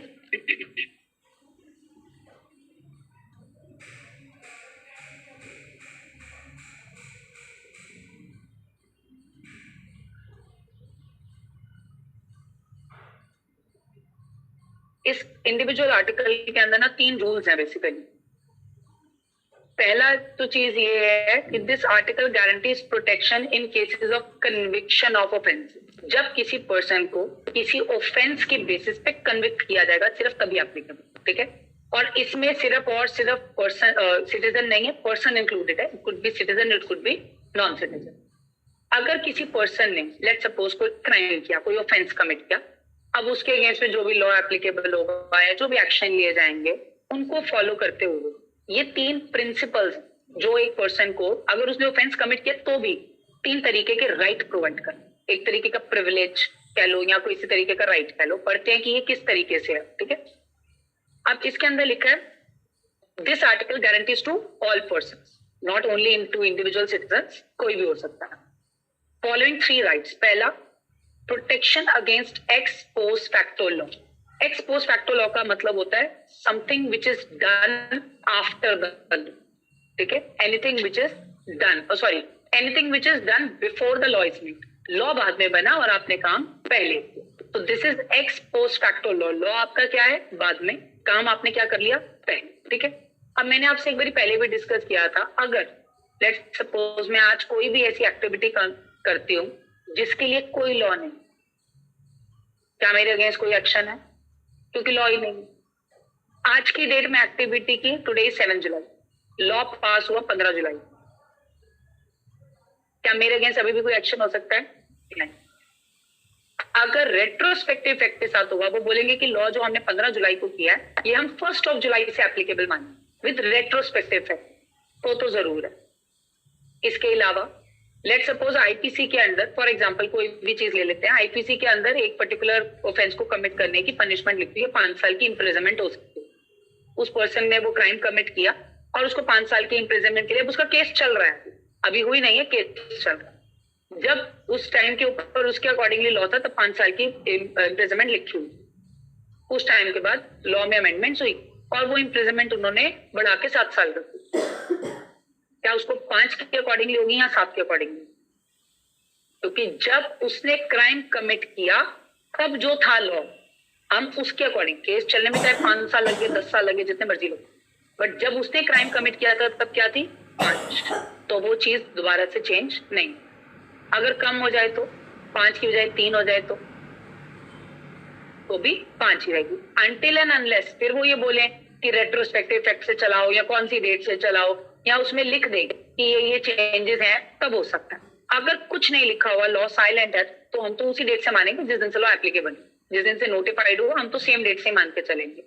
तो एक्स पोस्ट फैक्टो लॉ ये कहता है कि अगर किसी पर्सन ने लेट्स सपोज कोई क्राइम कमिट किया, but the moment that person committed the crime there was no law और that activity is not a crime, उस टाइम पे वो क्राइम भी नहीं था, तो बाद में अगर उस पर लॉ बन जाए तो उस पर्सन को हम कन्विक्ट नहीं कर सकते। तो लोग एक्चुअली के अंदर लूप होल्स इस चीजों के निकाल लेते हैं कि वो इस तरीके से लॉ को तोड़ मड़ोड़ लेंगे कि अच्छा लॉ में तो इस चीज के बारे में नहीं लिखा ना, तो चलो हम ये काम कर लें। क्यों? क्योंकि पता है कि जब लॉ में लिखा ही नहीं है तो उसकी कोई पनिशमेंट नहीं मिलेगी। तो ये जो एक्स पोस्ट फैक्टो लॉ है, देखो इसमें लिखा है according to this, no person shall be convicted of any offence except for the violation of law in force. तभी हम ये वर्ड क्या पढ़ते हैं, इन फोर्स, जब लॉ एक्चुअली आपका एप्लीकेबल है सिर्फ और सिर्फ तब, at the time of commission of an act. तभी इन्होंने उसको ऑफेंस भी नहीं लिखा, वर्ड क्या लिखा, एक्ट, क्योंकि हो सकता है वो एक्ट ऑफेंस हो सकता है वो एक्ट ऑफेंस ना हो। Charged as an offense and nor be subjected to any penalty greater than which might have been imposed under the law for the time being for the time of force at that time. So the point is कि अगर आपने कोई offence commit किया, जिसको हम offence भी नहीं बोलते, हम बोलते हैं कोई एक्टिविटी कमिट की, वो एक्टिविटी आज के टाइम के ऊपर अगर ऑफेंस नहीं है तो there is no punishment for it until and unless they make the law with the retrospective effect. अगर प्रोस्पेक्टिव इफेक्ट है तो there is no penalty. Secondly, अगर आपको एक पेनल्टी मिली है, एक पनिशमेंट मिली है, वो पनिशमेंट आज की डेट में चेंज हो जाए तो आपकी पनिशमेंट नहीं चेंज हो, आपकी पनिशमेंट वही थी। अभी तक के लिए हम बोला जाता है कि मर्डर के लिए ना कैपिटल पनिशमेंट है, बेसिकली डेथ पेनल्टी, उसको हम कैपिटल पनिशमेंट भी बोलते हैं, इधर लाइफ इम्प्रिजनमेंट और कैपिटल पनिशमेंट। अब लेट सपोज की लॉ चेंज हो जाए, वो पर्सन लाइफ इम्प्रिजनमेंट काट रहे हैं, उसको हो गई और थोड़े टाइम के बाद लॉ चेंज करके बोल दे कि नहीं तो लाइफ इम्प्रिजनमेंट को हटा दो, सिर्फ कैपिटल पनिशमेंट है, सिर्फ डेथ पेनल्टी है, तो ऐसा नहीं है उस पर्सन को उठा के फांसी दे देते, नहीं, क्योंकि जब उसने कमिट किया जो लॉ था हम उसी पे चले। इसके अलावा कहते हैं in other words, if a particular act was not an offence according to law at the time when the person did that act, he cannot be convicted under the law with retrospective declaration that act as an offense. जब तक law में ना लिखा हो तब तक retrospective effect नहीं चलता। Even penalty for commission offense cannot be increased with the retrospective effect. Decrease नहीं लिखा, सिर्फ क्या लिखा, increase।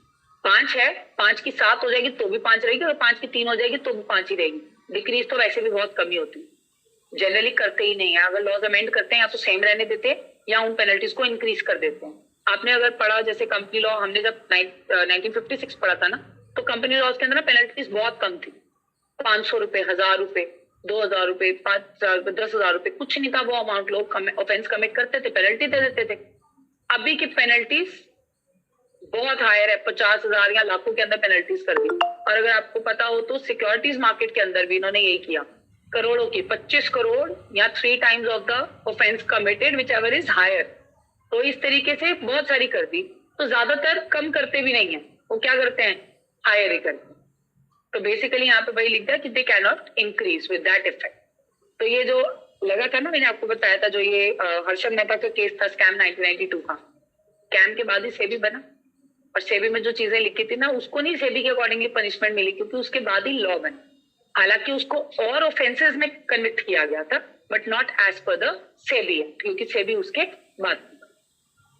सेकेंड आता है protection against double jeopardy. Double jeopardy का मतलब एक टाइम के ऊपर एक ही ऑफेंस के लिए 2 बार पनिशमेंट नहीं मिले। इसके अलावा अगर आप एक सीरीज में ऑफेंस कमिट करते हो तो भी पनिशमेंट एक ही मिले। एक मर्डर करो, 10 करो, चाहे 100 करो, 10 बारी फांसी नहीं हो, एक ही बारी फांसी, एक ही बारी पनिशमेंट। क्राइम अलग अलग हो तो चलेगा। इसका एग्जाम्पल, कोई पर्सन ने कॉन्स्पिरेसी की, प्लानिंग की, वो भी ऑफेंस। किसी के घर में ट्रेसपासिंग की, वो भी ऑफेंस। वहां पे जाके डकैती की, वो भी ऑफेंस। और वहां के रहने वाले लोगों का मर्डर कर दिया, वो भी ऑफेंस। एक ही सीरीज में 4 ऑफेंस कमिट किए, चारों की पनिशमेंट क्लब होके एक बार मिल जाए, बट अलग अलग कन्विक्शन जरूर हो। क्योंकि ऐसा हो सकता है कि कोई पर्सन बोले कि मैं कॉन्स्पिरेसी में इन्वॉल्व नहीं, तो उसके अगेंस्ट में वो चार्ज हट जाता। तो बट सीरीज के अंदर अगर आप अलग अलग ऑफेंस कमिट कर रहे हो तो भी पनिशमेंट मिलेगी सबकी, बट फिर क्लब करके, क्योंकि देनी तो एक ही को है ना, तो क्लब करके एक पनिशमेंट हमारी जो जुडिशरी है वो दे देती है। देखो लिखा है, no person shall be prosecuted and punish for the same offence more than 1। तो एक ही बारी ऑफेंस कमिट किया, एक बारी पनिशमेंट मिल गई तो दोबारा नहीं मिलेगी। But if a person has been left off after prosecution without being punished, he can prosecuted again. हम लोग कैसे करवाते हैं, अपील कर लेते हैं। मेरे अगेंस्ट पे किसी ने कोई चार्ज लगाया, मैंने प्रूव कर दिया कि मैं तो गिल्टी हुई, बट एक्चुअली मैं गिल्टी हूं, तो सामने वाली पार्टी क्या करती है, या तो दोबारा केस कर देगी। क्या वो दोबारा केस कर सकते हैं मेरे पे, या वो अपील कर सकती है? क्या दोबारा केस हो सकता है? बातें नहीं। एक पर्सन ने मेरे अगेंस्ट केस किया, वो मेरे अगेंस्ट में एक्शन लिया, और मैंने प्रूव कर दिया कि आई एम नॉट गिल्टी। प्रैक्टिकली मैं गिल्टी हूं, बट मैंने फैक्ट्स एविडेंसेस ऐसे प्रेजेंट कर दिए कि आई एम नॉट गिल्टी, और मेरे को बाइज्जत बरी कर दिया। हाँ, तो मेरा पॉइंट इज कि क्या वो पर्सन जो सामने वाला है, जिसके अगेंस्ट में डिसीजन आ गया, क्या वो दूसरा केस नया कर सकता है या वो अपील कर सकता है?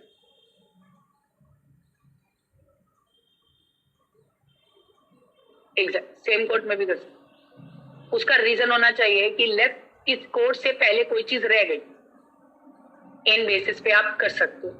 आपने प्रेजेंट किए फैक्ट्स, आपने एविडेंसेस दिखा दिए, बट हो सकता है कोर्ट से भी तो गलती हो गई, कोर्ट से कोई चीज रह गई, तो आप उसमें भी कर सकते हो, दूसरे कोर्ट में भी कर सकते हो। आप अपील करना चाहो तो अपील भी कर सकते हो। तो एक तरीके के 2-3 ऑप्शन अवेलेबल। अब पहली बार में एक मेरे पे एलिगेशन लगी और मैं उसमें बाइज्जत बरी हो गई, मेरे ऊपर किसी तरीके का कोई चार्ज प्रूफ नहीं हुआ, आई एम नॉट गिल्टी। सेम चीज के लिए दोबारा हो सकता है, क्योंकि पहली बार प्रूफ नहीं, तो सेकेंड टाइम पे हो सकता है। तभी इन्होंने वर्ड लिखा, देखो, if a person has been left off after prosecution without being punished, बिना पनिशमेंट के मुझे तो फ्री कर दिया उन्होंने, I am not guilty, he can be prosecuted again, that person can be prosecuted again. ठीक है।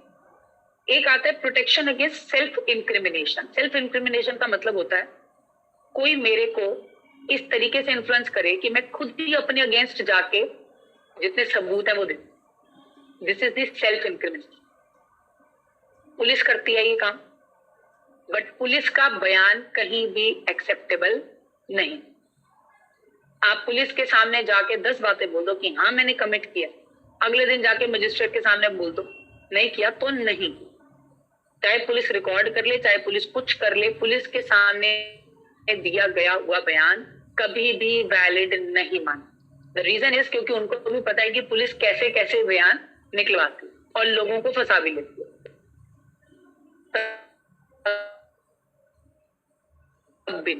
अब मजिस्ट्रेट विटनेस होगा तब भी, अगर पुलिस स्टेशन में मजिस्ट्रेट खुद प्रेजेंट है ना, उसके सामने बुला है तो basically they said in the presence of magistrate. तो पुलिस के सामने आप कर रहे हो, मजिस्ट्रेट उधर प्रेजेंट है तो है, नहीं तो आपको पता होगा विद इन 24 आवर्स जब भी किसी पर्सन को अरेस्ट किया जाता है विद इन 24 आवर मजिस्ट्रेट के सामने लेके जाना था।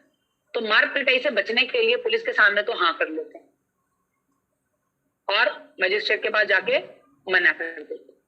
अब मजिस्ट्रेट के पास जाके दो चीजें होती हैं, अगर तो पुलिस बोले कि इसकी कस्टडी चाहिए तो वो कस्टडी दे देते हैं, बट अगर वो पर्सन से पता चले कि नहीं इसके अगेंस्ट में कुछ ऐसा नहीं है तो मजिस्ट्रेट छोड़ भी देती है। ठीक है, और कस्टडी कितने दिन की मिलती है? 15 दिन की कस्टडी जो है वो पहली बार में मिलती है, बट उसके लिए पुलिस को मजिस्ट्रेट को कन्विंस करना होता है कि इस पर्सन के अगेंस्ट हमें कस्टडी चाहिए। तो 24 घंटे के अंदर अंदर मजिस्ट्रेट के पास लेके जाना जरूरी है। और जहां पे ऐसी सिचुएशंस हो कि पर्सन को लेके जाना पॉसिबल नहीं तो वहां पे मजिस्ट्रेट खुदा, कई बार स्टेटमेंट्स जब मजिस्ट्रेट के सामने लेने की कंडीशन में ना हो, ये जो निर्भया वाला केस था उस केस में मजिस्ट्रेट खुद लड़की के पास गई थी, रीजन बीइंग क्योंकि she was not in a condition, तो स्टेटमेंट्स देनी थी तो मजिस्ट्रेट खुद आई थी अपने सामने स्टेटमेंट्स ली। हाँ, जितने लोगों को उन्होंने अरेस्ट कर लिया था उनको जरूर लेके गए थे अगले दिन, और फिर रिमांड भी उनकी मांगी थी, 15 दिन के लिए मिलती है और 15 दिन का बाद भी एक्सटेंड हो सकती है। ये पुलिस शोज की हमें रिक्वायरमेंट है, ये पर्सन ठीक नहीं है या ये बाहर जाके फिर कोई क्राइम करेगा या कुछ करेगा, तो ये चीज, ये सारा सीपीसी सीआरपीसी के अंदर सब लिखा हुआ, ठीक है। तो बेसिकली अगर आपको कोई ये फोर्स करे कि आप ना खुद अपने अगेंस्ट जाके एविडेंसेस दे दो तो it is not at all, क्योंकि मैं खुद थोड़े ना जाके बोलूंगी कि मैंने क्राइम किया, ये लो एविडेंस ले लो, चाकू ले लो, एक बंदूक ले लो, नॉट पॉसिबल। अगर कोई आपको फोर्स करेगा तो you can take an action against article 20 कि मेरे को जबरदस्ती किया जा रहा है, मेरे को फोर्स किया जा रहा है और बोला जा रहा है कि मैं ये क्राइम को एक्सेप्ट कर लूं और अपने अगेंस्ट लाके कुछ एविडेंस इनको पकड़ा दूं और बोल दूं कि मैंने क्राइम किया, आई एम द गिल्टी। ये चीज अलाउड नहीं। देखो इसमें लैंग्वेज क्या कहती है,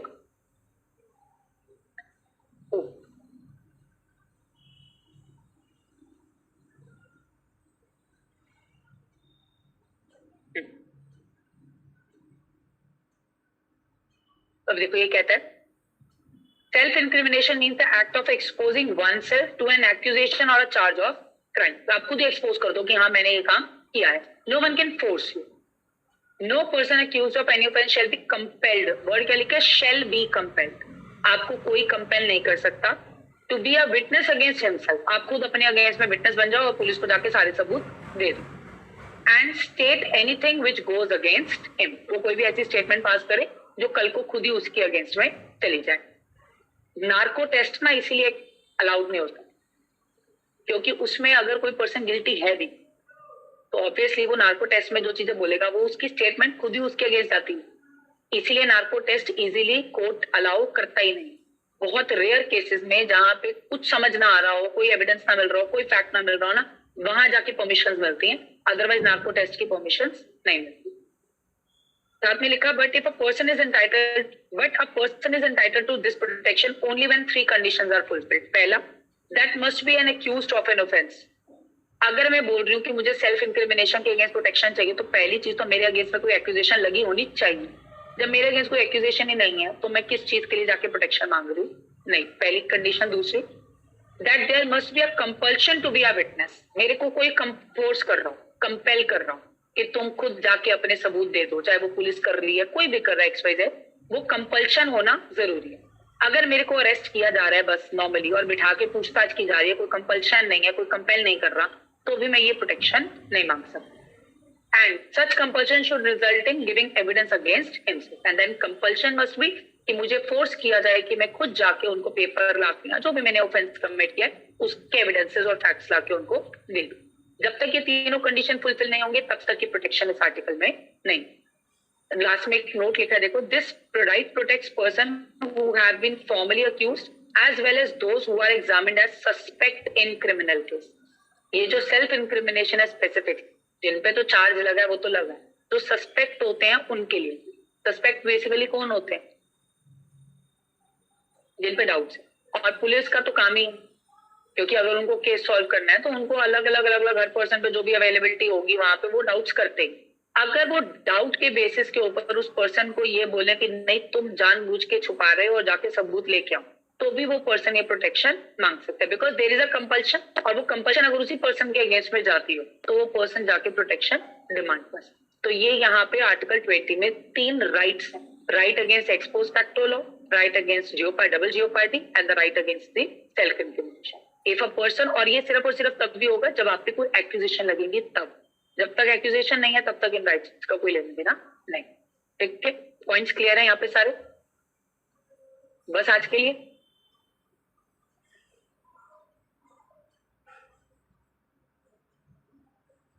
क्योंकि ये जो आर्टिकल 21 है ये भी बहुत इंपॉर्टेंट है, बहुत बारी क्वेश्चन पूछा है इसका। ओके, अभी तक ये जितने भी राइट्स पढ़े हैं, आर्टिकल्स पढ़े हैं, कोई डाउट है किसी में? हाँ, अब नोट्स आ गए ना, एक बार इनको रीड आउट करना, कोई डाउट हो बेशक मार्क कर लेना।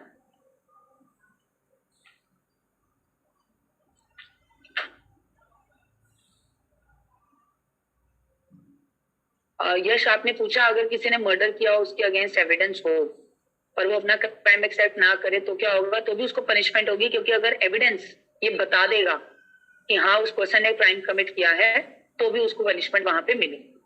क्योंकि कोर्ट आपके सिर्फ कहने पे नहीं चलेगी, कोर्ट वहां पे पनिशमेंट के ऊपर भी चलेगी, एविडेंसेस और फैक्ट्स के ऊपर भी चलेगी।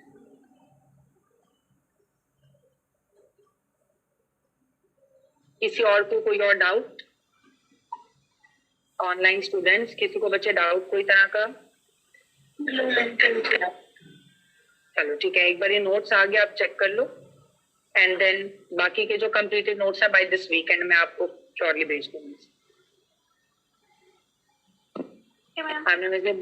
ओके बच्चे, thank you, bye bye. Thank you ma'am.